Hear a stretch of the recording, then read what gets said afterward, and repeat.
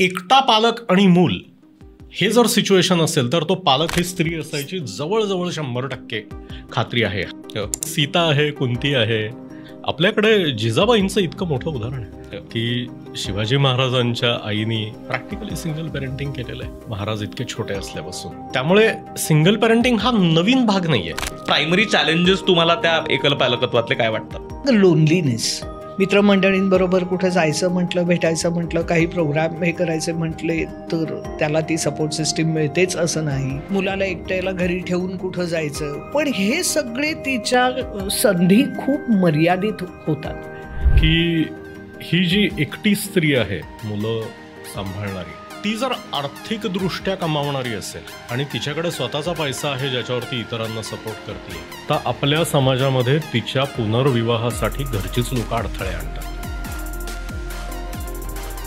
पण ती जर आर्थिकदृष्ट्या अवलंबून असेल घरावर तर तिचं पटकन लग्न व्हायची शक्यता आहे की ही जबाबदारी दुसऱ्या कोणावर तरी असावी. एकल पालकत्वाच्या बाबतीत तर मग हे जास्तीच होतं की वडिलांचा धाक नाही म्हणून. आणि मग त्या मुलाला ना इनडायरेक्टली मेसेज असा मिळायला लागतो की you are not responsible for your behaviour. 2 single parent असलेलं मूल हे दोन्ही घरचा पाहुणा उपाशी म्हणतात ना, तर तशातली परिस्थिती आहे त्याची की म्हणायला सगळे त्याच्या बाजूचे आहेत पण त्याची टोटल वाट लागते त्याच्यामध्ये. त्याच्या नजरेतनं कोणीही ते चित्र बघायला तयार नसतं. तिथे खूप हाल होतात. म्हणजे एकल पालकत्वामध्ये अशा पद्धतीने जेव्हा ते मूल कस्टोडियल पेरेंट बरोबर राहतंय ना, तिथे खूप जास्ती प्रश्न निर्माण होतात. नक्की मूल वाढवताना मग काय लागतं, पालकत्वासाठी काय लागतं, तर माझ्या मते एका शब्दात सांगायचं तर एक थोडं शहाणपण लागतं आणि 1.5 हात कलिजा लागतो.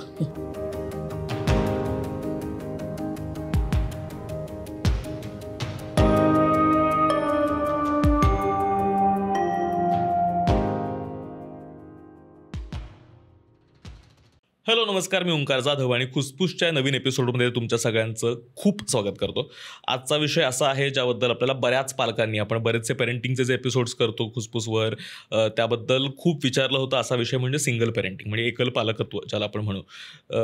बरेच आपल्या आजूबाजूला आपण लोक पाहतो, आयदर डिवोर्सेस असेल, पार्टनरचा मृत्यूमुळे असेल किंवा इतर काही कारणांमुळे बऱ्याचदा मुलांना एकटं वाढवावं लागतं एका पालकाला. आणि किती चॅलेंजिंग आहे, एकतर पेरेंटिंगच इतकं चॅलेंजिंग आहे आणि आत्ताच्या या सगळ्या कॉम्प्लेक्सिटीजमध्ये आणखीन चॅलेंजिंग झालं आहे.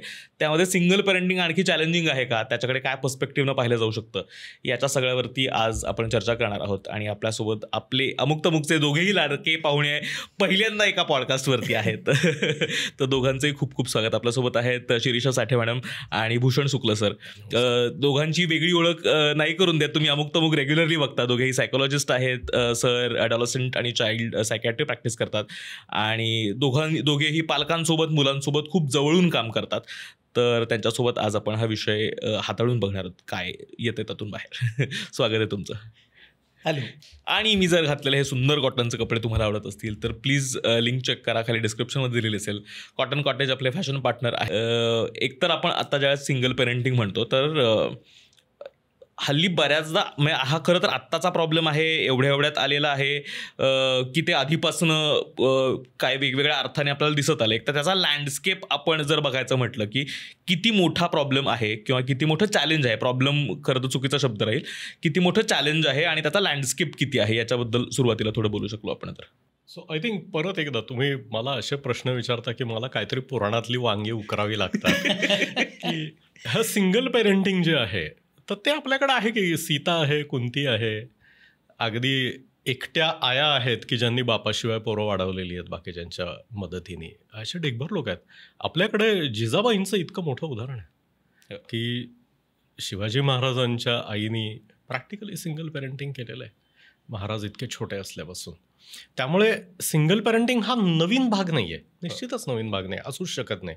इनफॅक्ट बऱ्याचशा गोष्टी नवीन नसतातच काय खरं तर, त्या जुन्याच पुन्हा वेगळ्या वेगळ्या स्वरूपामध्ये वेगळे प्रॉब्लेम घेऊन येत राहतात. त्यामुळे त्याचा आकडा हा बहुतेक नवीन आणि मोठा भाग आपल्यासाठी आहे. आपण जे मघा बोलत होतो की युनायटेड नेशन्सची जी आकडेवारी आपण बघितली की 2015मध्ये भारतामध्ये 4.5% फॅमिलीज या सिंगल पेरेंट फॅमिलीज होत्या.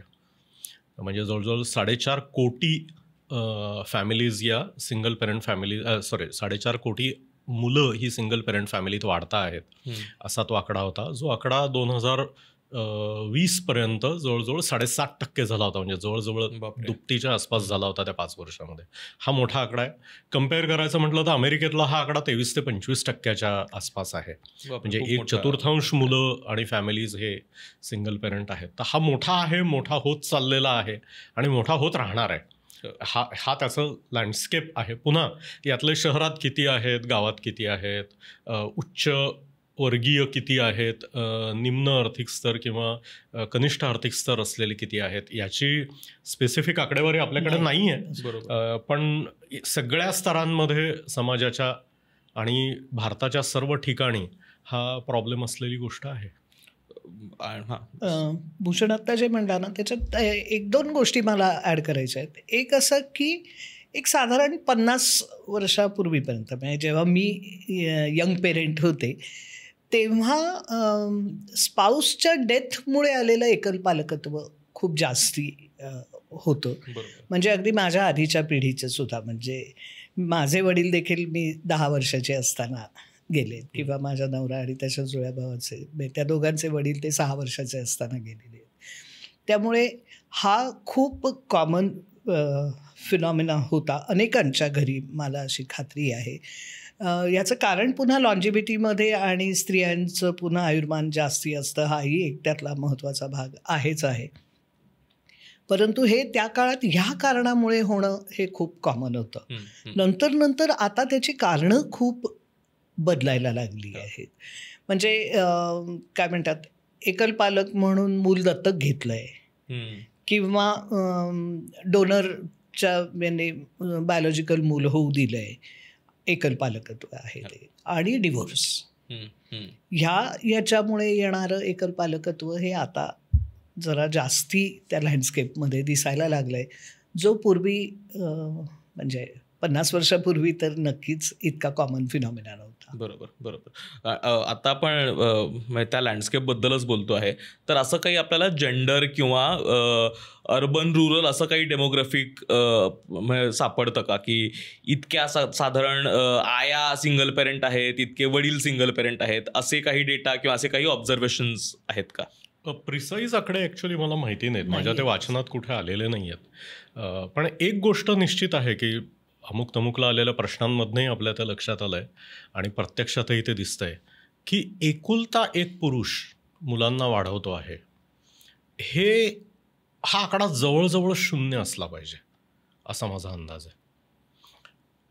पुरुष आणि मूल एवढेच घरात आहेत, या घरांबद्दल मी बोलतो. जेव्हा कुठल्या ना कुठल्या कारणाने त्या मुलाची आई पिक्चरमध्ये नसते, मग ते डिवोर्स झालेला आहे आणि कस्टडी वडिलांनी घेतलेली आहे, हे एक सिनारिओ आहे, किंवा आईचा मृत्यू झालेला आहे कुठल्या तरी कारणामुळे आणि वडील एकुलते एक शिल्लक राहिलेले आहेत मुलासाठी, हे असो, तर तिथे पुरुषाला कुठल्या ना कुठल्या स्त्रीची किंवा कुटुंबाची ताबडतोब साथ मिळते. म्हणजे आयदर त्याची आई असते, बहीण असते, भावाची बायको असते, एकत्र कुटुंब असतं मोठं ज्याच्यामध्ये तो पुरुष राहतोय आणि त्या मुलांच्या सांभाळण्याची जबाबदारी या घरातल्या स्त्रिया वाटून घेतात, किंवा कोणीतरी एक स्त्री तिथे उभी राहते आई म्हणून. स्त्रियांच्या बाबतीमध्ये एकटी स्त्री मूल वाढवते आहे, हा आकडा खूप जास्त असला पाहिजे. आणि जे आकडेवारीतूनही आपल्या लक्षात येईल की स्त्रीला कुटुंब सामावून घेतात किंवा ती परत तिच्या आईवडिलांकडे जाते किंवा भावाकडे जाते, ही शक्यता आहे. पण एकटा पालक आणि मूल हे जर सिच्युएशन असेल तर तो पालक ही स्त्री असायची जवळजवळ 100% खात्री आहे. हा आपलं एक सोशली थोडी वेगळी गोष्ट आहे आपल्याकडे, जी आपल्या श्रोत्यांनी प्रेक्षकांनी लक्षात ठेवायला पाहिजे. त्याच्यामध्ये एक माइंडसेटचा मुद्दा खूप आहे ना, आणि पेट्रिआर्कल याचा सुद्धा मुद्दा आहे. कारण पुरुषाकडे मूल वाढवणं किंवा होम मेकिंग स्किल्स नसतात असा एक गृहीतकही आहे, आणि तसा अजून सुद्धा त्या बाबतीत काही फार फरक दिसतो आहे अशातला भाग नाही. आणि त्यामुळे ती एक असं सेन्स ऑफ अर्जन्सी सगळ्यांना असतो की जर आई नाही त्या मुलांना, असं जर चित्र असेल तर कोणीतरी लगेचच एक सपोर्ट सिस्टीम उभी केली गेली पाहिजे. आणि नाही तर मग एकल पालक तो राहत नाही, त्याचं लग्न करून दिलं जातं. म्हणजे कुठल्या ना कुठल्या स्वरूपाने चाइल्ड रेअरिंग हे जे आहे हे पुरुषाला जमत नाही हे इतकं ठाम धरलं गेलं आहे. आणि त्या अर्थाने पुरुषाला इक्विप करण्याची पण कोणी फारशी तसदी घेत नाही. आणि त्यामुळे भूषण म्हणतोय तसं की स्त्रियांच्या बाबतीत मात्र त्या सांभाळू शकतात हे इतकं गृहीत धरलेलं असतं. त्यामुळे त्यांना फार काही गरज असते लगेचच दुसरा कोणीतरी जोडीदार असण्याची असं इतरांनाच फारसं वाटत नाही. आणि त्यामुळे हे चित्र बराच काळ तिला कोणीतरी सतत फोर्स करतंय. केलं फोर्स तर ते एकाच याने की आमच्यावरती तुझी जबाबदारी नको, लग्न होऊन परत तू तुझ्या घरी जा, ह्या अर्थाने ते केलं तर जातं. पण तुझ्या पेरेंटिंगमध्ये तुला जोडीदाराची आता गरज आहे म्हणून तिला लग्न करायला कोणीतरी फोर्स करतंय असं चित्र सहसा आपल्या समाजामध्ये अजून सुद्धा दिसत नाही, अगदी सुशिक्षित समाजामध्ये देखील. आणि त्यासोबत हा खूप मोठा महत्वाचा मुद्दा आहे की याच्यात आर्थिक भाग सुद्धा एक आहे की ही जी एकटी स्त्री आहे मुलं सांभाळणारी, ती जर आर्थिकदृष्ट्या कमावणारी असेल आणि तिच्याकडे स्वतःचा पैसा आहे ज्याच्यावरती इतरांना सपोर्ट करते, तर आपल्या समाजामध्ये तिच्या पुनर्विवाहासाठी घरचीच लोक अडथळे आणतात. पण ती जर आर्थिकदृष्ट्या अवलंबून असेल घरावर तर तिचं पटकन लग्न व्हायची शक्यता आहे की ही जबाबदारी दुसऱ्या कोणावर तरी असावी. हे बघा, हे सगळे आपल्या समाजाचे पैलू आहेत. आपली ज्या प्रकारे कुटुंब व्यवस्था आहे, अर्थव्यवस्था आहे, इनहेरिटन्स आहे, ह्याचे जे आपले नॉर्म्स आहेत सोसायटीचे, कायदा काय म्हणतो ती वेगळी गोष्ट आहे. पण या गोष्टी नेहमी होतात. अनेकदा आम्ही असं बघितलेलं आहे की पुरुषाचा अपघातात किंवा कुठल्या तरी आजाराने मृत्यू होतो, अर्धवट वयाचा असतो, त्यामुळे त्याचा प्रचंड मोठा इन्शुरन्स आहे किंवा मूल आहे आणि प्रॉपर्टी आणि ह्याच्यावर त्याचं नाव आहे की त्यांनी स्वतः बनवलेलं आहे. तर त्या मुलीचे सासू सासरे म्हणजे गेलेल्या मुलाचे आईवडील त्यांना अगदी प्रेमाने जवळ ठेवतात. ह्याच्या पलीकडे माझ्या मते ते जास्त डिस्क्राईब करायची गरज नाही. किंवा तिला पटकन तिने पुन्हा लग्न करू नये याच्यासाठी ॲक्टिव्हली प्रयत्न करतात. पण हाच मुलगा जर त्याची बायको गेली तर बरेचदा राख थंड व्हायच्या आत बाशिंग बांधायला तयार झालेला असतो. ही जी रियालिटी आहे, हे जे सत्यता आहे आपल्या समाजाची आणि जी बदलत्या जगामध्ये खूप धारदार वेगळे वेगळे प्रश्न घेऊन समोर येणार आहे, तर तिथे आहेच, नक्कीच आहे. तो फार टोकदार प्रश्न आहेत ते. कारण ह्या सगळ्या बाबतीत ना त्याचा जो आर्थिक पैलू आहे ना तो खूपच महत्वाचा रोल प्ले करतो आणि तो दिवसेंदिवस वाढत चालला अशा प्रकारे. जशी आर्थिक स्वातंत्र्य आणि माझा पैसा, माझं स्वातंत्र्य ह्याचा आधीच्या विचारांशी जसा क्लॅश व्हायला सुरुवात झाली आहे तसं ते समुद्र मंथन खूप जोरदार चालू झालेलं आहे. याच्या पुढे जाऊन मला असं विचारायचं आहे की असे काही प्रायमरी मिसकन्सेप्शन्स आहेत का सिंगल पेरेंटिंग बद्दलचे? म्हणजे आपल्याकडे ते ट्रेडिशनली ते याच पद्धतीनं बघतो ना की आई माया करायला हवी आहे आणि वडील धाक दाखवायला हवेत. तर ते ट्रेडिशनलीच आपण कल्चरली त्या दोन जबाबदाऱ्या वाटून दिलेल्या आहेत पालकांना. म्हणजे एक गुड कॉप आहे, एक बॅड कॉप आहे. मी स्ट्रिक्ट वागतो, तू थोडं लिनियंट वाग आणि असं बॅलन्स करत करत पेरेंटिंग करायचं असतं असं आपल्याला सांगितलेलं आहे वर्षानुवर्ष कल्चरली. तर ज्यावेळेस त्यातलं एक पालक नसतं, म्हणजे वडील नसतात समजा ज्यावेळेस, तर काय मुलं बेशिस्तच होतात, मुलांना शिस्त लागत नाही, या पद्धतीचे सतत गोष्टी समोर येतात. तर या सिंगल पेरेंटिंग बाबतीतल्या अशा काही मिसकन्सेप्शन्स असतील का? कारण या तर आपण ज्या मानलेल्या धारणाच आहेत तर त्या किती खऱ्या किती खोट्या हे माहीत नाही. तर या काही अशा मिसकन्सेप्शन्स असतील का ज्या आता आपण थोड्या डिमिस्टिफाय करू शकू, डिबंक करू शकू? डिसिप्लिनच्या बाबत तर हे मिसकन्सेप्शन इव्हन अदरवाईज पेरेंटिंगमध्ये आहे. म्हणजे इतके दिवस म्हणजे अनेक वर्ष अगदी रिसेंट पास्टपर्यंत मी नेहमी म्हणते की पालकत्व आणि शिक्षक असणं हा सरळ सरळ अधिकारशाहीचा खेळ होता. आणि त्याच्यामध्ये अर्थातच ते अधिकार बापाकडे जास्ती होते आणि आईकडे अधिकार नव्हतेच. तिच्याकडे फक्त प्रेम आणि माया करणे आणि सगळं सांभाळून घेणे असा एक, आणि काय मुलांची भावनिक डागडुजी करणे ह्याच्या पलीकडे आईकडनं काही फार मोठा हे अपेक्षित होता अशातला भाग नाही. तर तेच को पेरेंटिंगमध्ये सुद्धा तो डिसिप्लिनच्या बाबतीत तोच घोळ होतो आहे की अथॉरिटेरियन पेरेंटिंगने आता डिसिप्लिन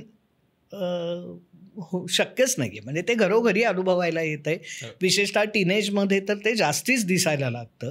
त्याच्या आधी जेव्हा दिसतं तेव्हा थोडंसं किती स्मार्ट आहेत, ऐकत नाहीत हल्ली, त्याला पटल्याशिवाय तो कसा ऐकत नाही, असं ते थोडंसं कौतुक मिश्रित तक्रार असते ती. पण टीनेजमध्ये हळूहळू ती तक्रार आणि मग हळूहळू त्याला प्रॉब्लेम असंच म्हटलं जातं. पण एकल पालकत्वाच्या बाबतीत तर मग हे जास्तीच होतं की वडिलांचा धाक नाही म्हणून, आणि मग जो तो अशाच पद्धतीचा एक समज ठेवतो, गैरसमज ठेवतो रादर, आणि मग त्या मुलाला ना इनडायरेक्टली मेसेज असा मिळायला लागतो की you are not responsible for your behaviour. तू असा वागतोयस कारण तुला वडिलांचा धाक नाही, फॉर XYZ, म्हणजे डिव्होर्स झालाय म्हणा, गेलेत म्हणा, काहीही असो. परंतु इथे तो प्रश्न मग अधिक नुसतंच ते मिथ म्हणून राहत नाही, तर त्यातनं मग शिस्तीचे प्रसंग अधिक गंभीर होत जातात. कारण अगदी रेसिडेन्शियल स्कूल्समध्ये सुद्धा टीचर्स अगदी सांगताना की नाही, he comes from a broken family. अरे थांबा, इथे त्याला सगळा सपोर्ट आहे ना, आणि इथे ब्रोकन फॅमिलीतनं आले आहेत का होमोजिनियस फॅमिलीतनं आलेत वगैरे हा मुद्दाच नाही आहे. इथे ती हॉस्टेलमध्ये आहेत मुलं आणि त्यांना उत्तम सगळा जे काय मिळतो आहे सपोर्ट तो मिळतो आहे. पण त्या मुलाला ह्या पद्धतीने टीचर्स बोलत असतात किंवा बघत असतात त्यावेळेला हा इनडायरेक्ट मेसेज न चुकता जात असतो, आणि तिथे हे प्रश्न खरोखरी मोठे होतात. आणि मग पालक पुन्हा त्याचा निष्कर्ष असाच काढतात, पालक किंवा आजूबाजूचे, की बघा धाक नसल्यामुळे हे असं होतं आहे. हे मात्र आता खरोखरी बदलायला पाहिजे की डिसिप्लिन हा इथून पुढे एकल पालकत्व असो किंवा को पेरेंटिंग असो, हा अधिकारशाहीने चालणारा खेळच नाही आहे. सो आय थिंक 1-2 पैलू त्याचे आपल्याला अजून बघायला पाहिजेत. की उदाहरणार्थ मुन्नाभाईच्या मूवीमध्ये, मुन्नाभाई MBBS मध्ये आपण मुन्नाभाईच्या तोंडून हा शब्द ऐकतो की त्या अस्थानानी, J. अस्थानानी मुलगी एकटी वाढवलेली असते. आता अशा गोष्टी पिक्चरमध्येच घडतात, पण तो म्हणतो की वो माँ बिना वो लडकी थोडी हात से निकल गई. असा आईच्या पालकत्वावर खरं तर कुणी इतका संशय आपल्याकडे ट्रेडिशनली घेत नाहीत की ती इनॅडिक्वेट पालक आहे किंवा एकटी पुरेशी नाही आहे. या प्रकारे मला अशी शंका आहे की हे बरेचसे समज गेल्या 30-40 वर्षातले जे वाढलेले आहेत की धाकासाठी वडिलांची गरज आहे, हे कदाचित नॉर्थ अमेरिका आणि युरोपमधनं जे अभ्यास आपल्यापर्यंत पोहोचतात त्याच्यामुळे असलेले असायची शक्यता आहे. की त्यांच्याकडे तुरुंगात असलेले गुन्हेगार आणि डिलिंक्वेंट मुलं, म्हणजे आपल्याकडे त्यांना विधी संघर्षित मुलं म्हणतात, त्या मुलांचा जेव्हा अभ्यास केला तेव्हा त्यांच्या लक्षात आलं की त्यातले मेजॉरिटी सिंगल पेरेंट फॅमिलीमधले आहेत आणि त्या आयांबरोबर राहत आहेत. आणि कुठेतरी त्याच्यात हा समज पसरवला गेला की वडील नसतील तर मुलं गुन्हेगार होतात, मुलं हाताबाहेर जातात. ह्याच्यात सोशल भाग किती आहे, जेनेटिक भाग किती आहे, परिस्थितीजन्य गोष्टी किती आहेत, ती व्यक्ती कुठे राहते आहे, तिला सपोर्ट काय आहे, ह्याचा सगळ्याचा सारासार विचार न करता टिपिकली हा ब्लॅक पॉप्युलेशनबद्दल, आफ्रिकन अमेरिकन पॉप्युलेशनबद्दल काढला गेलेला हा निष्कर्ष आहे की त्या आया एकट्या असतात आणि वगैरे वगैरे वगैरे. म्हणजे इव्हन अकॅडमिक डिक्लाइन नसेल या सगळ्याला एकटी आई आणि बाप नसणे या दिशेने जो त्याचा दरवेळी पाठ लावला गेलेला आहे, मला असं वाटतं की कदाचित अननोईंगली आपणही त्याच दिशेने विचार करतोय. कारण आपल्याकडे एकटी आई आहे आणि ती इनॅडिक्वेट राहिली आहे अशी उदाहरणं जवळजवळ नाही. म्हणून मी जिजाबाई, कुंती आणि ह्याचं म्हणतो की ही इतिहासातली किंवा पुराणातली जी उदाहरणं आहेत, आजूबाजूला अनेक स्त्रिया अशा आहेत की ज्यांनी अत्यंत केपेबली मुलं वाढवलेली आहेत. ती मुलं मोठी झाली आहेत, ती कौतुकाने सांगतायत की आमच्या आईनी आम्हाला इतकं व्यवस्थित वाढवलं आहे. माशेलकर सर नेहमी त्यांच्या आईबद्दल बोलतात. त्यांनी आईच्या नावाने अंजली माशेलकर फाउंडेशन सुद्धा सुरू केलेलं आहे. ही अक्षरशः प्रत्येक कुटुंबामध्ये उदाहरण आहे की आयांनी व्यवस्थित मुलं वाढवलेली आहेत, त्याला काही प्रॉब्लेम आलेला नाही. पण हा नवीन कुठेतरी एक प्रकार चालू झालाय आणि मला शंका अशी आहे की कदाचित 20-25 वर्षापूर्वी आईला जो अधिकार होता तो नव पेरेंटिंगच्या नावाखाली आपण तो अधिकार आईच्या हातातनं काढून घेतोय का? त्याच्या आधी आईला जो आपण कॉन्फिडन्स देत होतो की नाही तू करू शकतेस एकटी पेरेंटिंग, हे शक्य आहे, ते आता आपण कुठेतरी तिच्यावर, म्हणजे जसे आपण आधुनिक व्हायला लागलोय तसं आपण ऍक्च्युअली तिच्या पायाखालची जमीन ओढून घेतो आहोत का, ह्याच्यावर मला शंका येते. कारण अनेक एकल स्त्रिया ज्या त्यांच्या मुलांना माझ्याकडे ट्रीटमेंटसाठी घेऊन येतात किंवा सोसायटीमध्ये मी बघतो, त्यांचा पहिला प्रश्न नेहमी हा असतो की माझ्यामुळे याला हा प्रॉब्लेम येतोय का, ज्याच्या ऍक्च्युली आईचा काही संबंध नसतो. त्या पोराला लर्निंग डिसेबिलिटी आहे, ऑटिझम आहे, ADHD आहे, त्याचा आईचा काय संबंध आहे. पण ते तिच्या गळ्यात मारलं जातं. यांना सगळ्यांना सपोर्ट देणारी जी फॅमिली असते, कारण पुन्हा एकदा आता हे थोडं कदाचित दीर्घसूत्री होईल, पण मला वाटतं ही गोष्ट बोलणं गरजेचं आहे की एकटी स्त्री ही सुखाने जगणं फार अवघड आहे तिला. कारण ती एकटी आहे ह्याच्याबद्दल जिथे जिथे ज्यांना ज्यांना माहिती आहे ती एकटी आहे, तर तिला समाजातनं ज्या गोष्टी फेस कराव्या लागतात इतर पुरुषांकडनं, हा एक विचित्र भाग आहे. त्याच्यामुळे अनेक एकट्या स्त्रिया असून सुद्धा त्या मंगळसूत्र आणि कुंकू चालू ठेवतात. दुसरा आहे की इतर स्त्रिया त्यांच्याशी कशा वागतात. एक्झॅक्टली. हा एक अजून मोठा कॉम्प्लिकेटेड पैलू आहे. थोडं जरी काही झालं तरी ती एकटी आहे म्हणून सोसायटीमध्ये कित्येकदा आपण असं बघतो की मुलांची भांडणं होतात, पण जी एकटी आई बरोबर राहणारी मुलं असतात त्यांच्याकडे नेहमी जास्त वेळा बोट दाखवलं जातं. तर तो जो तिच्यावरचा सततचा दबाव आहे आणि तू काहीतरी कमी पडते आहेस, तू पहिल्यांदा तुझ्या आयुष्यात एक पुरुष कुठेतरी स्थापन कर म्हणजे हा सगळा बॅलन्स व्यवस्थित होईल, हा जो आग्रह आहे. मग तो तिच्या घरच्यांकडून असो, तिची अथॉरिटी अंडरमाइन करणे की तिला सतत पेरेंटिंगबद्दल सल्ले देणे, की जी लग्न होऊन जाऊन स्वतःचा संसार व्यवस्थित सांभाळत होती, ती संभावून नवरा अदृश्य झाल्यामुळे जर ती परत आईवडिलांकडे आली तर सडनली आईवडील परत तिच्या अख्ख्या आयुष्याचा ताबा घेतात आणि प्रत्येक गोष्टीत इंटरफिअर करायला सुरुवात करतात की तिला तिथे काहीही स्वातंत्र्य मिळत नाही, गोंधळ होऊन बसतात त्याचे सगळे. तर ह्याच्यात स्त्रीची एम्पॉवरमेंट तिला की तू म्हणजे लोक या शब्दात म्हणतात की तिला कॉन्फिडन्स द्यायला पाहिजे. उलट आहे, आईला कॉन्फिडन्स असतो, तो खचणार नाही ह्याची काळजी, त्याच्यावर घाला घालू नका, ही आपली जबाबदारी आहे. कारण जन्मतः मूल घेऊन येणाऱ्या स्त्रीला तो कॉन्फिडन्स असतोच, निसर्गाने आपली रचनाच तशी केलेली आहे. तर तिचा तो कॉन्फिडन्स टिकवून धरणे, तिला मदत करणे त्या बाबतीमध्ये, हा उरलेल्या लोकांचा खरं तर महत्वाचा रोल आहे त्यामध्ये. उत्क्रांतीपासून तिचा रोल तोच राहिलेला आहे ना. रिप्रोडक्टिव्ह सक्सेस हा प्रामुख्याने आईवरती अवलंबून असलेली गोष्ट आहे, त्यामुळे तिचा रोल तोच राहिलेला आहे. त्यामुळे ह्या स्ट्रेंथ आता भूषण म्हटला तसं त्या असतातच, त्याच्यात काही शंका नाही.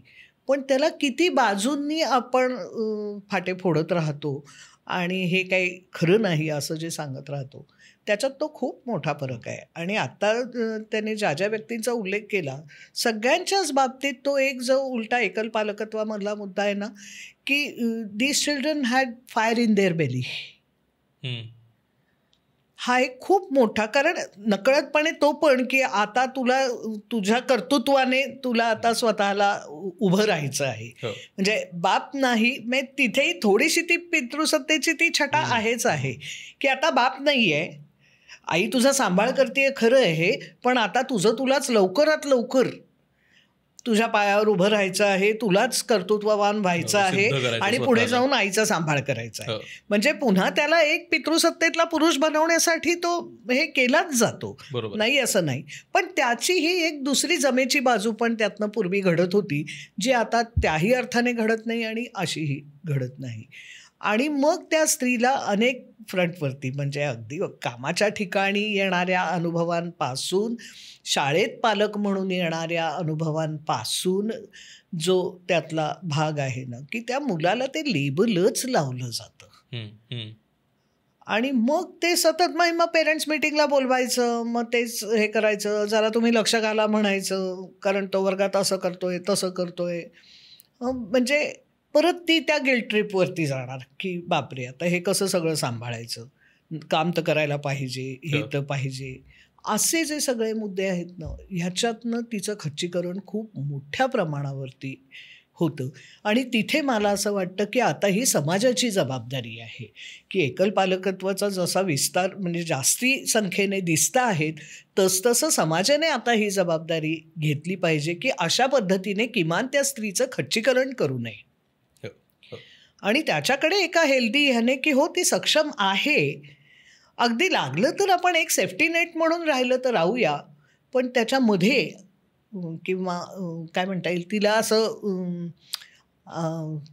सल्ल्यांनी आणि तिच्या पुढे मोठाली प्रश्नचिन्ह उभी करून उगाच तिला खच्ची करण्याचं कारण नाही. बरोबर. म्हणजे आत्महत्येच्या संदर्भात डॉक्टर मोहन आगाशे जे नेहमी म्हणतात की ज्ञान मत दो ध्यान दो, तो भाग या बाबतीत सुद्धा महत्वाचा आहे की तिला अक्कल नका शिकव, तिला मदत करा, प्रॅक्टिकल मदत काय हवी आहे ती करा. आता अनेक डॉक्टर कलिग्स ज्या माझ्या आहेत की ज्या सिंगल पेरेंट आहेत त्यांच्याकडून मी हे नेहमी ऐकतो की त्यांच्यावर हे कायम घरून प्रेशर असतं आईवडिलांकडून की तू फार तुझी प्रॅक्टिस वाढवू नको, तुझी ती ब्रांच आहे ती फारच ॲग्रेसिव्ह ब्रांच आहे, काय सर्जन वगैरे असलेल्या ज्या मुली आहेत की नाही मग तू नोकरीच घे, मेडिकल कॉलेजमध्येच फक्त काम कर, म्हणजे तू 5 वाजता घरी येशील कारण तुला मुलं सांभाळायची आहेत. अरे पण तुम्ही आहात की खणखणीत, कर्तबगार स्त्री आहे, तिला करू दे की थोडं काम तिच्या पद्धतीने करूया ना, तिला जी काय एक्स्ट्रा मदत लागेल ती करूया ना, का नाही. आणि त्याच्यासाठी कदाचित जर तिने ठरवलं की नाही हे मी अत्यंत कष्टाने मी सर्जन बनलेली आहे, मी काय अत्यंत कॉम्प्लिकेटेड ब्रांचमध्ये काम करते आहे, इतक्या वर्षाची अक्षरशः आहुती देऊन हे स्किल मिळवलेलं आहे, तर माझं हा एक मुलगा आहे किंवा जी 2 मुलं आहेत त्यांना मी बोर्डिंग स्कूलमध्ये ठेवते. वर्षातले जे 2 महिने त्यांना सुट्टीसाठी येणार आहेत तेव्हा मी 100% पालक म्हणून अवेलेबल आहे. पण इतर वेळेस त्यांना जे सुरक्षित वातावरणाची गरज आहे, स्ट्रक्चर्ड वातावरणाची गरज आहे, तर तिथे त्यांना बोर्डिंग स्कूलमध्ये राहू दे. तर तिथे तिचे हातपाय कापणार ताबडतोब. ती बोर्डिंग स्कूलमध्ये आधीच वडील नाहीत, त्यात आता हिने पण बोर्डिंग स्कूलमध्ये टाकली आणि मुलं टाकली. हा जो एक भाग आहे त्यामधला हा फार विचित्र आहे. मला हेही एक आता हे सगळं बोलताना लक्षात येतं की नक्की मूल वाढवताना मग काय लागतं. कारण जर आपण म्हणतोय की सिंगल पेरेंट आहे आणि अपुरं पडतंय आणि ते सतत प्रेशर आहे, वैयक्तिकरित्या पण येणारं आणि समाजाकडनं पण येणारं की तुला हे एकट्याला जमणार नाहीये, तर मूल वाढवायलाच, त्याला नर्चर करायला, त्याला योग्य पालकत्व द्यायला नेमकं काय लागतं की जे एक पालक देऊ शकत नाही किंवा देऊ शकतो. म्हणजे जर या 4 गोष्टी आहेत की हे 4 इन्ग्रेडियंट्स आई घेऊन येणार आहे, हे 4 इन्ग्रेडियंट्स बाबा घेऊन येणार आहे आणि हे दोघं मिळून ती बाळाच्या पालकत्वाची रेसिपी बनवणार आहेत, तर बाबा हे माझ्याकडे 2 इन्ग्रेडियंट्स नाही आहेत, याच्याऐवजी मी हे वापरते, याच्याऐवजी ते वापरते, असं काही करता येतं का. आणि दोघांच्या पॅरेंटिंग स्टाईल्समध्ये काय डिफरन्स असतो. म्हणजे ना एक मध्यंतरी एक खूप मीम व्हायरल गेलं होतं मध्ये, ते अर्नॉल्ड श्वार्झनेगरचं त्याचा मुलगा त्याच्याकडे होता आणि एक मुलगा त्याच्या बायकोकडे डिवोर्स नंतर होता. तर boy raised bye father, boy raised by mother, असं एक वेगवेगळे सिंगल पेरेंट्सबद्दलचे मीम्स चालले होते की कसा मुलगा स्ट्रॉंग झाला आणि जो त्याने वाढवला होता आणि मुलीने त्याच्या बायकोने वाढवलेला मुलगा कसा वेगळा झाला. तर त्यांच्या पॅरेंटिंग स्टाईल्समध्ये पण काय वेगळेपणा असतो आणि नेमकं काय लागतं मूल वाढवायला. आई आणि वडील XX आणि XY सारखं दोन्ही काय. अर्नॉल्डचाच विषय जर काढला आहे तर अर्नॉल्ड श्वार्झनेगरनी स्वतःच्या चरित्रामध्ये लिहिलेली गोष्ट आहे की त्याचे वडील हे ऑस्ट्रियामध्ये पोलीस ऑफिसर होते आणि कमालीचे क्रूर होते. त्यांच्या त्या क्रूरपणामुळे असं नाही म्हणता येणार, कारण सायंटिफिकली प्रूव्ह झाल्याशिवाय त्याला कारणमीमांसा लावू नये, पण त्यांच्या 2 मुलांपैकी अर्नॉल्ड हा एवढा मोठा झाला, 19व्या वर्षी मिस्टर युनिव्हर्स वगैरे झाला. अर्नॉल्डचा भाऊ मात्र ड्रग एडिक्ट झाला आणि त्याने आत्महत्या केली. मग हे तर व्यवस्थित दोन्ही पालक असलेल्या कुटुंबातली मुलं होती ना. त्याच्यामुळे ह्याच्यात अनेक पैलू आहेत. इतकं मला नाही वाटत की इतकं त्याचं सरळ साधं 1+1=2 आलं त्याचं उत्तर आहे. टोकाचं उदाहरण घेऊया ना. अनाथ आश्रमामध्ये वाढलेली मुलं होतात ना बरी, करतात ना स्वतःचं आयुष्य उभं, चांगले संसार चालवतात ना, नंतर समाजोपयोगी राहतात, काही वाईट होत नाही त्यांचं. अगदी. मग खरंच पालक गरजेचे आहेत का पालकत्व गरजेचं आहे? हा त्यातला महत्वाचा भाग आहे. कारण जर पालकांशिवाय पोरांचं वाटोळं होणार असतं तर अनाथ आश्रमामध्ये लहानाचं मोठं झालेलं सर्व मुलांचं 100% वाटोळं व्हायला पाहिजे होतं. तसं तर काय होत नाही. आणि कुटुंबात वाढलेल्या को-पेरेंटिंगमध्ये वाढलेल्या कुठलंही मूल हे चांगल्याच मार्गाने जायला पाहिजे, तसंही होत नाही. एक्झॅक्टली. म्हणजे महात्मा गांधींची मुलं सुद्धा वाईट निघू शकतात. अगदी सगळं होऊ शकतं जगामध्ये. तर एका ह्याच्यावर तो सर्व निष्कर्ष ठेवणं हे मला योग्य वाटत नाही. मुलांसाठी ना नेहमी इकोसिस्टीम लागते. म्हणजे जे आपण नेहमी म्हणतो ना, it takes a village to raise the child, हे खरंच खरं आहे. म्हणजे ते कुण्या एकाची किंवा 2 पालकांची सुद्धा ती खरं तर हेच नाही. एका विशिष्ट वयानंतर खूप मोठी इकोसिस्टीम तिथे यावी लागते. शाळा काय करते आहे, शेजारी पाजारी काय करता आहेत, एक्सटेंडेड फॅमिली काय करते, सोसायटी काय करते. हा किती महत्त्वाचा भाग आहे. म्हणजे जिथे एकट्या आईला तिला आणि तिच्या मुलाला सांभाळण्यासाठी घर देते सरकार किंवा तिला पुरेसा पैसा देत आहे, की जे अनेक युरोपियन वेलफेअर कंट्रीजमध्ये होतं. त्याच्या विरुद्ध अमेरिकेसारखा देश की जिथे हा डोल इतका जास्त मिळत नाही, किंवा भारतासारखी परिस्थिती की जिथे काहीच मिळत नाही, तिथे ते मूल कसं वाढणार आहे याच्यावर समाजाने त्यांचं काय करायचं ठरवलंय याच्यावर अवलंबून असणार आहे. आता लोक उलटही म्हणू शकतात की अमेरिकेमध्ये किंवा युरोपमध्ये हे सगळं सरकार करतं म्हणून जास्तीत जास्त बाया आणि पुरुष डिवोर्स घेतात आणि त्यांच्याकडे एकट्या कुटुंबांची संख्या त्यामुळे वाढली आहे, असं आपण उलटा बाण पण मारू शकतो. बाण काय कुठूनही कुठेही जाऊ शकतो, त्याला काही नाही. पण मुद्दा असा आहे की पहिल्या 3-4-5 वर्षानंतर मुलाच्या वाढण्यामध्ये अनेक फॅक्टर्स महत्त्वाचे असतात. आई हा त्याच्यापैकी एक आहे, किंवा वडील हा त्याच्यापैकी एक आहे, कुटुंब हा त्याच्यापैकी एक आहे. हे भान असणं गरजेचं आहे. तू जो प्रश्न विचारला की पालकत्वासाठी काय लागतं, तर माझ्या मते एका शब्दात सांगायचं तर एक थोडं शहाणपण लागतं आणि 1.5 हात कलेजा लागतो, बाकी नाही काही. त्याच्याशिवाय होत नाही. की थोडं तारतम्य लागतं, की एकाच तलावामध्ये मासा पण असतो आणि कमळ पण असतं आणि दोघांचा वास वेगळा वेगळा असतो. तो तलावाने दिलेला नसतो, तो त्यांच्या अंगभूत गुणांनी दिलेला असतो. हे भान पालकांना असणं हा किती मोठा भाग आहे. तर हे जिथे जमेल आणि त्या पालकत्वामध्ये पार्टनर म्हणून आपल्याला त्या व्यक्तीला, मग तो एकटा पुरुष असो एकटा स्त्री असो, पुन्हा एकदा पुरुषांवर ही एकट्या पालकत्वाची, जेन्युइन एकट्या पालकत्वाची वेळ जवळजवळ 0 वेळा येते. असे फार थोडे पुरुष असतात. मी आजपर्यंत प्रॉबब्ली एका व्यक्तीला भेटलेलो आहे. अशा स्त्रिया मात्र डझनांनी, शेकड्यांनी, हजारांनी आहेत, त्यात काही शंका नाही. तर त्यांना तो सपोर्ट करणं ही आपली जबाबदारी आहे. ज्यावेळेस आपण आता एकल पालकत्वाबद्दल बोलतोय, एकतर खूप ना ते चॅलेंजिंग वाटतं, का तर दोन्ही रोल्समध्ये फिट इन करायचं आहे, घर सांभाळायचं आहे. म्हणजे ज्यावेळेस आई आहे जी एकल पालक आहे, तर त्यावेळेस मग ते घरही सांभाळण्याची जबाबदारी येते, स्वतः बाहेर पडायचं आहे, नोकरी करायची आहे. असे तुमच्या ऑब्झर्वेशन्समध्ये काय मेजर चॅलेंजेस दिसतात एकल पालकत्वाचे, जे कदाचित त्याच्यावरती काही सोल्युशन असू शकेल बोलण्याने, किंवा त्याच्यावरचा काही पर्याय सापडून त्याच्यावरचा उपाय शोधता येईल, असे प्रायमरी चॅलेंजेस तुम्हाला त्या एकल पालकत्वातले काय वाटतात? एक फिनान्शियल खूपच तो मोठ्या प्रमाणात तो वाटतो, आणि त्याच्यामुळे वर्क लाईफ पेरेंटिंग, म्हणजे लाईफ म्हणते तेव्हा पर्सनल लाईफ त्या स्त्रीचं, आणि पेरेंटिंग ही कसरत हा एक हा दुसरा भाग दिसतो. तिसरा भाग लोनलीनेस, कारण ह्या सगळ्यामध्ये ती इतकी वेळेच्या बाबतीत अडकलेली राहते ना, की तिला सोशलाइज करायला वेळ मिळतोच असं नाही. मित्रमंडळींबरोबर कुठं जायचं म्हटलं, भेटायचं म्हटलं, काही प्रोग्राम हे करायचे म्हटले तर त्याला ती सपोर्ट सिस्टीम मिळतेच असं नाही. मुलाला एकट्याला घरी ठेवून कुठं जायचं, किंवा दोघं असतील तर तसं ते त्या टप्प्यानुसार घडत जातं.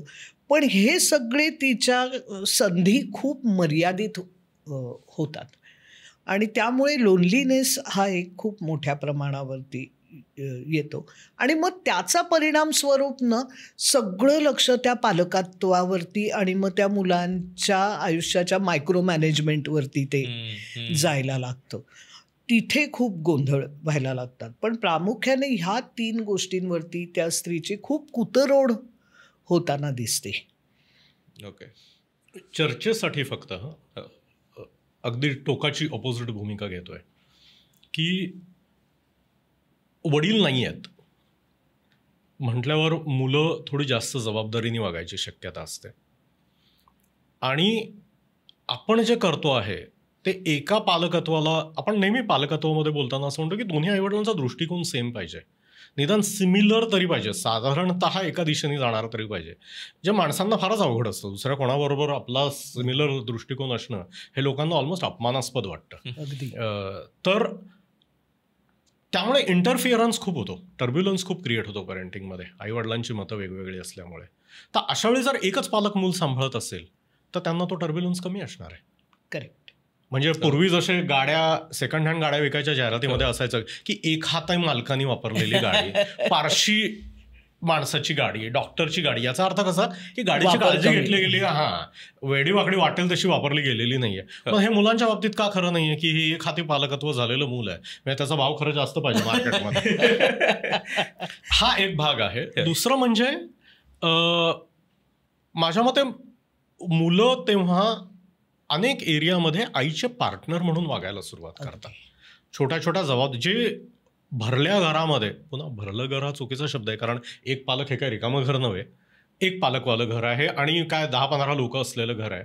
त्याच्यामध्ये विशेषतः मध्यमवर्गीय आणि तिथून पुढे मुलांची लाडकोड करून उत्मात करायची शक्यता जास्त असते, की ते जास्त परावलंबी बनतात. सरळ साध्या मराठीत इकडची गाडी तिकडे करायची सोय नाही म्हणतात. अशा प्रकारचे मुलं मुली दोघेही बनतात, जे एकल पालकत्वाच्या बाबतीमध्ये कमी होतं. ती मुलं स्वतःची जबाबदारी घ्यायला तयार होतात.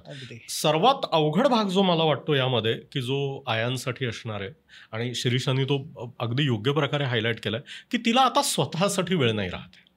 स्वतःचा विचार करणे हा जो एक भाग आहे, की कपल्समध्ये सुद्धा मात्र मी टाईम पाहिजे, हा ह्याला खूप मोठं महत्त्व दिलेलं असतं. की ती तिच्या मैत्रिणींबरोबर जाते, तिला काय हवं त्या गोष्टी करतोय, तो त्याच्या मित्रांबरोबर बँकॉकला जातोय, त्याला काय हवं ते करतो आहे, आणि हे सगळं अत्यंत लेजिटिमेट आहे. पण एकल पालक झाल्यावर या सर्व गोष्टी संपतात, कारण तेवढा वेळ शिल्लक राहत नाही बऱ्याचशा बाबतीमध्ये. तर हे एक भान माझ्या मते त्या आयांनी ठेवणं गरजेचं आहे, कारण कुठल्या सर्कमस्टान्सेसमधनं तुम्हाला हे एकटं पालकत्व तुमच्या गळ्यात पडलेलं आहे, हा यातला खूप महत्त्वाचा मुद्दा आहे. की अत्यंत त्रासदायक डिव्होर्समधनंही झालेलं आहे. का आता शिरीषा फॅमिली कोर्ट बरोबर इतक्या वर्ष काम करते आहे, तिला तो अनुभव आहे की डिव्होर्सची प्रोसेस आणि डिव्होर्सचं कारण हे सर्व किती छळवादी होतं. जर मृत्यूमुळे तुम्ही एकल झालेले आहात तर तो मृत्यू कशा प्रकारे आलेला होता, बाकीच्या फॅमिलीचा सपोर्ट काय आहे, आर्थिक स्तर काय आहे, तुमची स्वतःची आधीची पर्सनॅलिटी काय होती, त्या लग्नाचा तुमचा अनुभव काय होता. अगदी म्हणजे ते लग्न संपलं हा तुमच्यासाठी आनंदाचा भाग आहे का दुःखाचा भाग आहे का, मला माहिती नाही, मला कळलंच नव्हतं तेवढ्यात एकातून दुसऱ्यातून तिसऱ्यात पडलेले आहे. या सर्व गोष्टी खूप महत्वाच्या आहेत. त्यामुळे ह्याच्यात सलग 1 to 1 की हे झालं की ते होतं अशी ह्याची शेपूट काढून त्याला लावणं हे शास्त्रीयदृष्ट्या चुकीचं आहे. खरंय, 100% चुकीचं आहे. आता भूषणने सांगितलेले जे 2-3 मुद्दे त्यातले आहेत ना, की विशेषतः डोमेस्टिक व्हायलन्सच्या बाबतीत तो डिव्होर्स झाला की सगळ्यांना, अगदी मुलांना देखील हुश्य होतं, कारण रोज तो व्हायलन्स किंवा ती पण कधी कधी त्या व्हायलन्सला बळी ठरलेली असतात, आणि त्यामुळे त्यांना एक सिक्युअर्ड एक पालक पण आता रोज उठून धास्ती नाही की आज काय होणार आहे. ह्या परिस्थितीमध्ये एक खूप वेगळा भाग त्यातला होतो. हाय कॉन्फ्लिक्ट डिव्होर्स असेल आणि जिथे मुलांना म्हणजे मेंटेनन्स आणि मूल असं जे निगोशिएट केलं जात असेल आणि एकमेकांची अडवणूक करणं आणि याच्यासाठी मूल वापरलं जात असेल ना, तिथे मुलांना सगळ्यात जास्ती प्रश्न येतो. मग कस्टोडियल पेरेंट बरोबर असल्यावर सुद्धा, आणि मग ते त्याच्यात अनेक बारीक पैलू आहेत. 1-2च मी त्यातले फक्त सांगते की कस्टोडियल पेरेंट जर खूप व्हल्नरेबल असेल ना, तर ते मूल जेव्हा नॉन कस्टोडियल पेरेंटकडे जातं, काय 1 दिवस गेलं, 2 दिवस गेलं किंवा व्हिजिटेशन असेल, तर तिथे जर त्याला मजा वाटली, आनंद मिळाला, तर त्याला परत येताना ना गिल्टी वाटतं. कारण इथे कस्टोडियल पेरेंट तर अगदी खचलेली डिप्रेशनमध्ये दिसते आणि मी जाऊन तिथे मजा करून, मग ते मूल काही वेळेला ना टू कॉम्पेन्सेट दॅट गिल्ट सांगतं की मजाच नाही आली, किंवा कंटाळा आला, किंवा एखादी न घडलेली गोष्ट सांगणार, किंवा एखादा घडलेला एवढा प्रसंग असेल तर तो एवढा करून सांगणार, आणि कसं मला जायचंच नाही आहे, जावंसंच वाटत नाही आहे असं सांगणार. आणि मग तो मुद्दा लगेच त्या कस्टोडियल पेरेंटचे वकील किंवा ती पेरेंट उचलून धरणार, मग हा त्याचे व्हिडिओ रेकॉर्डिंग करणार, कसं नाही आहे, असा जो सगळा भाग सुरू होतो ना, तिथे मुलांची सगळ्यात जास्ती फरफट होते एकल पालकत्वामध्ये. 2 सिंगल पेरेंट्स असलेलं मूल, अगदी 2 पेरेंट्स पण, आणि ते रस्सीखेच सारखं त्या मुलाला मध्ये वापरतायत. तिथे फॅमिली कोर्टमध्ये दिसून येणारा जो एक अनेक त्यातले भाग आहेत, तो एक अगदी महत्त्वाचा मुद्दा. म्हणजे दुर्दैवाने कोणीही ह्या पेरेंट्सना एज्युकेट करत नाही की हे मूल ह्या पद्धतीच्या मानसिकतेतनं जात असल्यामुळे ते ह्या कथा रचतंय. ह्याचा तुम्ही एकमेकांशी हे लावू नका कृपा करून. हा एक भाग. दुसरा एक भाग ना, अनेक वेळेला एक जो भूषणने हे केलं आहे की ते मूल जास्ती जबाबदारी घ्यायला शिकतं, तसं काही वेळेला ना ती आई खूप व्हल्नरेबल असेल ना, तर ते लहान वयातलं मूल त्या आईची काळजी जे काही घ्यायला लागतं ना, त्याचं त्या आईलाही कौतुक वाटतं आणि इतरांनाही कौतुक वाटतं. तिथे मात्र त्या मुलाचं नुकसान होतं खूप. चाइल्ड पेरेंट जे म्हणतात, तिथे त्या मुलाचं नुकसान खूप जास्ती होतं. कारण खरं तर त्याचं ते जे वागणं असतं ना, ते त्याच्या इन्सिक्युरिटीच्या ह्याच्यातनं आलेलं असतं की कसंही करून ही जी कोण माझी पेरेंट आहे ना, ही आता जरा बरी राहिली ना तर मला थोडं सुरक्षित वाटेल. त्याच्यासाठी ते मूल काहीतरी डागडुजी करत राहतं. मग तू जेवलीस का, मग ती कामासाठी कुठे असेल तर मग ते फोन करणार, अमुक करणार लगेच. सो हा जो त्यातला भाग आहे ना, इथे मात्र खूप काळजी घ्यायला लागते. आणि तिथे त्या आईने व्हल्नरेबल न म्हणजे सक्षम होणं हा जो मुद्दा आहे, तो मुद्दा मग परत मगाशी आपण ज्याच्याशी विषयी बोललो की तिने सक्षम होणं आणि समाजाने तिला किंवा आजूबाजूच्या एक्सटेंडेड फॅमिलीने तिला सक्षम होण्यासाठी मदत करणं, हा भाग आहे तो लक्षात घ्यायला पाहिजे आहे. आय कम्प्लिटली एग्री विथ दिस की ही जी रस्सीखेच नावाचा जो प्रकार आहे, त्याच्यात 2 टीमपैकी एखादी टीम कदाचित जिंकेल, पण ती रस्सी कधीच जिंकत नाही. खरे. हा त्यातला सर्वात महत्त्वाचा भाग डिवोर्ससाठी येणाऱ्या लोकांनी लक्षात ठेवणं गरजेचं आहे की आपण ही जी रस्सीखेच करतो आहोत, ती रस्सी ह्याच्यातली महत्त्वाची आहे आणि ती रस्सीखेच नाहीच व्हायला पाहिजे. हा त्यातला भाग आहे. आणि मला इथे असं वाटतं की कायद्याने काय ढीक गोष्टी सांगितल्या असतील. फॅमिली कोर्टाच्या जर तुम्ही वेबसाईटवर जाऊन बघितलं तर तिथे काय म्हणजे अगदी आपण डिवोर्सच्या स्वर्गात राहतो आहोत असं वाटावं अशा थाटाचे कागदपत्र तिथे लिहिलेले आहेत. पण प्रत्यक्षामध्ये न्याय यंत्रणा आणि त्याच्यात इन्व्हॉल्व असलेली सगळी लोकं, कोर्टाची जी आपली पद्धत आहे, त्यातले जे न्यायाधीश आहेत, त्यांचं जे ट्रेनिंग आहे, ते ज्या प्रकारच्या सामाजिक मनस्थितीतून तिथे आलेले आहेत, वकील जे आहेत, फॅमिलीज आहेत, हे डिवोर्ससाठी येणारे पेरेंट्स आहेत, या सगळ्यामध्ये मुलांची बाजू घेऊन लढणारी किंवा मुलांचे हक्क तिथे प्रोटेक्ट होतील, मुलांचं लहानपण प्रोटेक्ट होईल, हे सांभाळणारी कोणीही व्यक्ती जबाबदार नेम्ड रिस्पॉन्सिबल पर्सन नाही आहे. आईसाठी तिचा वकील आहे, वडिलांसाठी त्यांचा वकील आहे, त्या दोघांचं बघायला जज आहे. पोरांचं काय? अगदी सगळेजण म्हणतात की ह्याच्यात आम्ही मुलांची काळजी घेऊ, हे करू, ते करू, आणि आम्हाला तुमच्यापेक्षा मुलांची जास्त काळजी आहे, त्याच्यामुळे आम्ही ते म्हणतो तसं व्हावं. या नावाने जे रस्सीखेच होतं ह्याच्यात ॲक्च्युली मुलांचं काय होतं. So I do not mind saying this in this public forum, that entire judiciary and all people that go with that and the families have failed our children in family court. Yes. ते जर आई वडील पुरेसे शहाणे असतील आणि ते जर ही गोष्ट समजावून घेऊन व्यवस्थित वागणार असतील, मुलांचं भान ठेवून वागणार असतील, तरच मुलांचं ह्याच्यात बरं होऊ शकतं. फॅमिली कोर्टमध्ये मुलांच्या प्रोटेक्शनसाठी बाय डिझाईन नाहीये, हे नशिबानी झालं तर होणारी गोष्ट आहे. ही कायदा काय सांगतो आणि कायदा कसा बनवला आहे आणि त्याच्यासाठी गाईडलाईन्स काय आहेत हे सगळं सोडा हो, त्याचा रियालिटीशी काही संबंध राहिलेला नाही आहे. त्याच्यामुळे त्या मुलांसाठी उभं राहणं याच्यासाठी म्हणजे मला तर वाटतं त्याच्यावर एक अख्खा वेगळा एपिसोड कदाचित काही जजेसना आणि वकिलांना घेऊन आपल्याला करायला पाहिजे. पण 2 सिंगल पेरेंट असलेलं मूल हे दोन्ही घरचा पाहुणा उपाशी म्हणतात ना, किंवा तो कुठला अशोक सराफचाच पिक्चर होता ना, 2 बायकांफजिती आहे का, हा, तर तशातली परिस्थिती आहे त्याची की म्हणायला सगळे त्याच्या बाजूचे आहेत, पण त्याची टोटल वाट लागते त्याच्यामध्ये. कळतच नाही ना, मग त्याला इतकं इन्सिक्युअर, इतकं कन्फ्युज्ड. आणि आता भूषण म्हणला तसं की त्याच्या नजरेतनं कोणीही ते चित्र बघायला तयार नसतं. त्या दृष्टीने कोणी ते म्हणजे त्या दृष्टीने स्वतःला त्या ज्युडिशियरीमधलं कोणीही सक्षम सुद्धा करू इच्छित नाही. तिथे खूप हाल होतात. म्हणजे एकल पालकत्वामध्ये अशा पद्धतीने जेव्हा ते मूल कस्टोडियल पेरेंट बरोबर राहतंय ना, तिथे खूप जास्ती प्रश्न निर्माण होतात. आणि मग त्याची सगळ्याची पर्कशन्स त्यांच्या ॲडल्ट लाईफमध्ये पण दुर्दैवाने होत राहतात.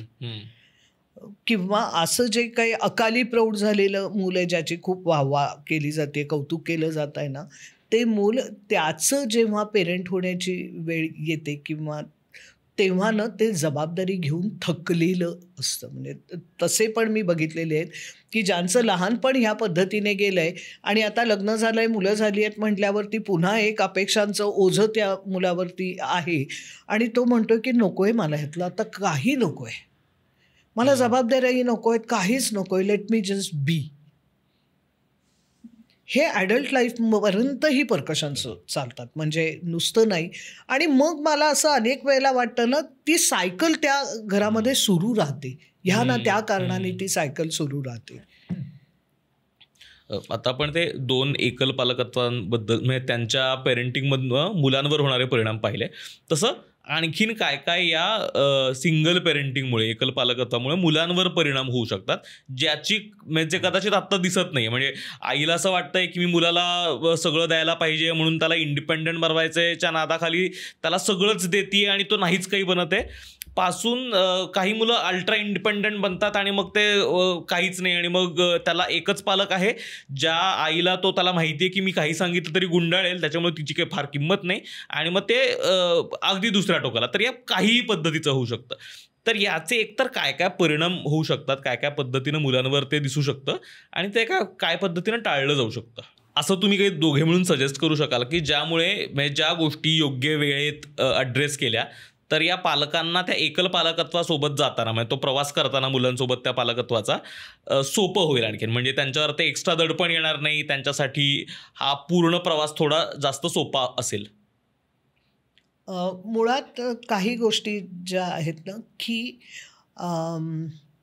इम्परफेक्शन हे स्वतःमधलं आधी स्वीकारलं पाहिजे व्यक्ती म्हणून. म्हणजे एकल पालकत्व हे सोडून दे, पण को पेरेंटिंगमध्ये सुद्धा पण पालक जेव्हा स्वतःमधलं इम्परफेक्शन इन व्हेरियस वेज जेव्हा ॲक्सेप्ट करतात ना, तेव्हा मग मुलाचं सुद्धा इम्परफेक्ट असणं हा एक भाग राहतो.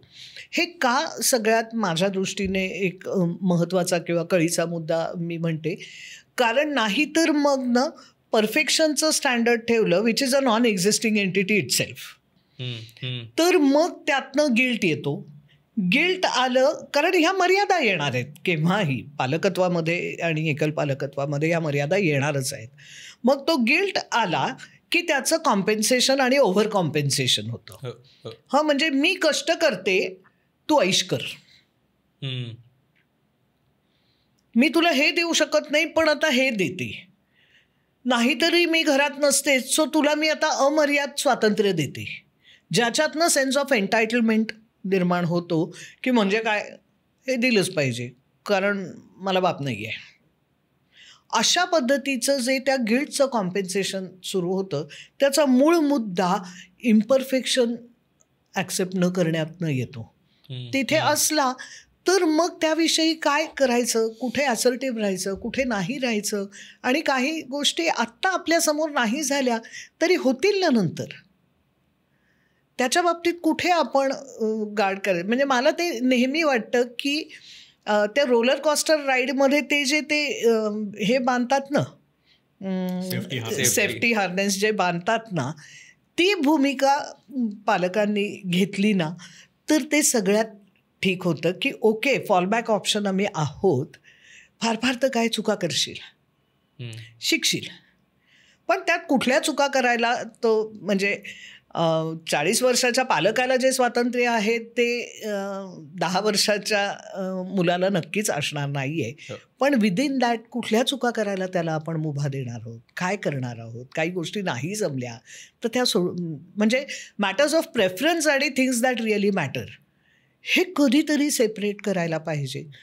असे जर काही एक किमान काही त्याचे बेसिक्स हे केले ना. आणि अजून एक जो मुद्दा आहे ना की लहान असताना मूल तेव्हा त्याला हॅपी पॅरेंट हवं असतं, आणि टीनेजपासनं ते मूल पुढे जायला लागलं ना की त्याला एक रिलायबल, डिपेंडेबल, रॅशनल ॲडल्ट लागतो. बाकी संपलं. त्याच्या पलीकडे 4 गोष्टी होतील न होतील, पालकत्व एनिवेज ट्रायल एररचाच मुद्दा आहे. Some things work to somewhat extend sometimes, हे त्यातलं सत्य आहे. ॲब्सोल्यूट असं त्यातलं मेजरच नाही आहेत. त्यामुळे हे 2-3 गोष्टी घेऊन जर आपल्या पालकत्वाचं निभवायचा जर प्रयत्न केला ना, तर आय थिंक ती जर्नी असते त्याच्यात थोडंसं 19-20 होतं कधीतरी, अरेच्या चुकलंच बरं का आपलं, नाहीच जमलं असंही म्हणता येतं, पण ते तितक्याच स्पोर्टिव्हली हे करून ते पुढे जाता येतं. त्यामुळे इम्परफेक्शन हा त्यातला खूप माझ्या दृष्टीने महत्त्वाचा मुद्दा आहे. मला वाटतं ते अत्यंत महत्त्वाचं, कारण बऱ्याचदा ते गिल्टच असतं ना की मी अपुरीच पडतीये आणि मला हे कधीच पूर्ण करता येणार नाही. पण तो आपल्यासाठी खूप महत्त्वाचा मुद्दा आहे. म्हणजे या पालकांनी काय करायला पाहिजे, आणि I am happy to assume की आपण हे सिंगल स्त्रीबद्दल बोलतो आहोत, कारण असे पुरुष खूप थोडे असतात जे मी आतापर्यंत 10 वेळा बोलून झालंय माझं, की पहिली गोष्ट त्या स्त्रीला ही लक्षात घ्यायला पाहिजे की ज्या सर्कमस्टन्सेसमधनं हे एकल पालकत्व आलं आहे त्याचा माझ्यावर काय परिणाम झालाय. करेक्ट. ह्याची कुठेतरी एक स्वतःच्या मनामध्ये चोख असेसमेंट होणं गरजेचं आहे, आणि त्यांनी माझं व्यक्तिमत्व कसं बदललंय, आणि त्यामध्ये जर मी व्हिक्टीम रोलमध्ये गेलेली असेल तर मला त्या व्हिक्टीम रोलमधनं पहिल्यांदा बाहेर पडण्यासाठी मदत घ्यायला पाहिजे. अनफॉर्च्युनेटली बऱ्याचशा सायकोलॉजिकल थेरपीजमध्ये सुद्धा त्या खड्ड्यातनं बाहेर कसं पडायचं ह्याच्याऐवजी त्या खड्ड्याबद्दलची चर्चा जास्त होते, की reinforcing the victimhood and making you feel entitled और somehow now the world owes you something because you are victim, हे अनफॉर्च्युनेटली अनेक न्यू एज थेरपीजमध्ये होतं, जे अत्यंत धोकादायक आहे.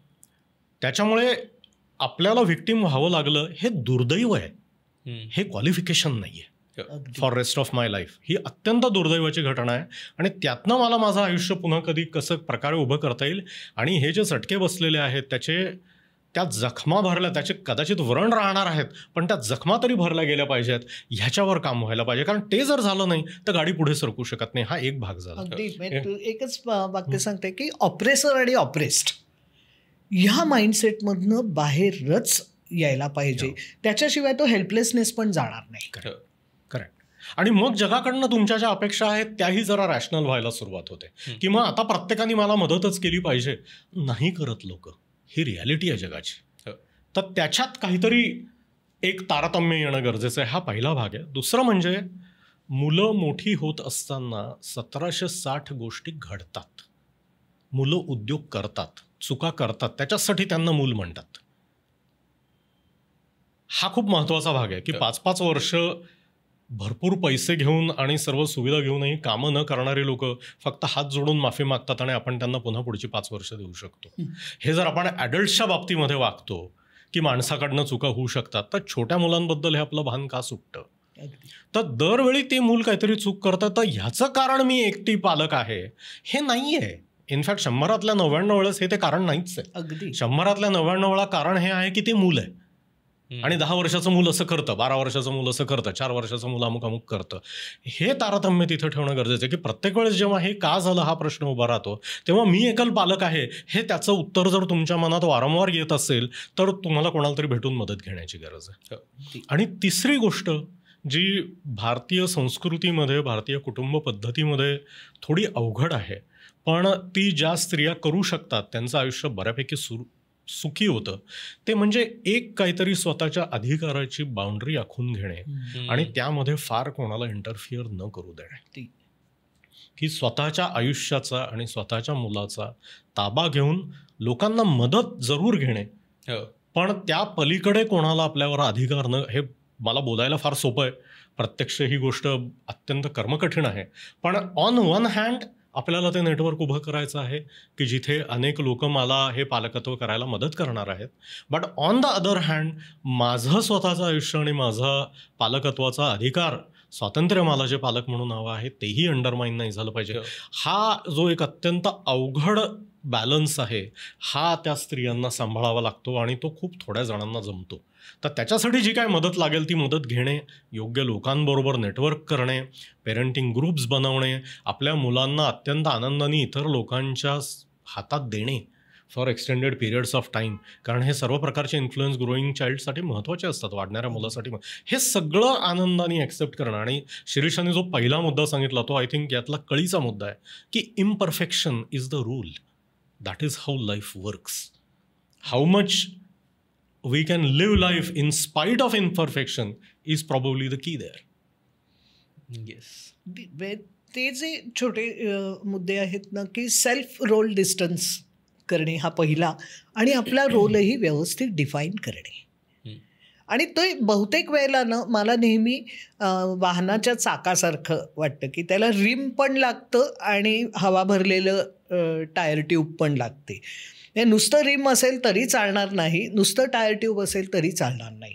हे ते स्ट्रक्चर लागतं, की एक त्याला कॉन्क्रीट आणि फर्म असं स्ट्रक्चर आहे, आणि दुसरं फ्लेक्झिबल आणि काइंड असं एक त्यातला हे आहे. त्यामुळे फर्म आणि काइंड असा एक साधारणपणे बॅलन्स पेरेंटिंगमध्ये ठेवला ना, तर मला असं वाटतं की बऱ्याच गोष्टी होऊ शकतात. म्हणजे त्या मुलांनाही त्यांचं लिमिट कळतं, की हे लिमिट सेट झालेलं आहे. नाहीतर तिथेच गोंधळ होतात, की what is okay, what is not okay. हे मग खूप गोष्टी त्यातनं घडत राहतात, ज्या अदरवाईजसुद्धा पालकत्वामध्ये घडतात. पण एकल पालकत्वामध्ये ह्याची काळजी विशेष घ्यायला लागते, कारण त्याला दुसऱ्या बाजूने काउंटर होणारं काही नसतं.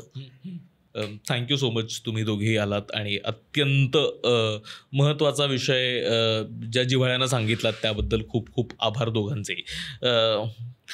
मग खरंच मला एक मुद्दा फारच भावला, ते म्हणजे कायम त्या सिंगल पेरेंट आईकडे याच सहानुभूतीच्या नजरेने किंवा की तिला काय जमणार आहे थांब मी करतो या ज्या नजरेने आपण बघतो, ते टाळून तिला तिचं करू द्यावं. जिथे मदत वाटेल तिथे हात पुढे असावा, तिला लागेल तिकडे तिने ती मदत घ्यावी. याच भूमिकेत आपण राहिलं तर तिलाही ते सोयीस्कर पडेल. तर खूप खूप आभार तुमच्या दोघांचेही. अनेक वेळा खरं तर सिंगल पेरेंटिंगबद्दल अनेक पालकांनी आपल्याला विचारलं होतं, अनेक आईवडिलांनी विचारलं होतं, की ज्यांच्या मुली सिंगल पेरेंट्स आहेत, तर त्यांच्यासाठी अत्यंत महत्त्वाचा ठरलेला एपिसोड. खूप खूप आभार तुमच्या दोघांचे. थँक्यू. आणि तुम्हाला आम्ही मध्यंतरीच्या काळात काही लाईव्ह वर्कशॉप्स करायला सुरुवात केली. तर तुम्हालाही सिंगल पेरेंटिंग आणि या रिलेटेड काही लाईव्ह वर्कशॉप अपेक्षित असेल तर नक्की कळवा. आपण तेही तुमच्या शहरात करण्याचा नक्की प्रयत्न करू.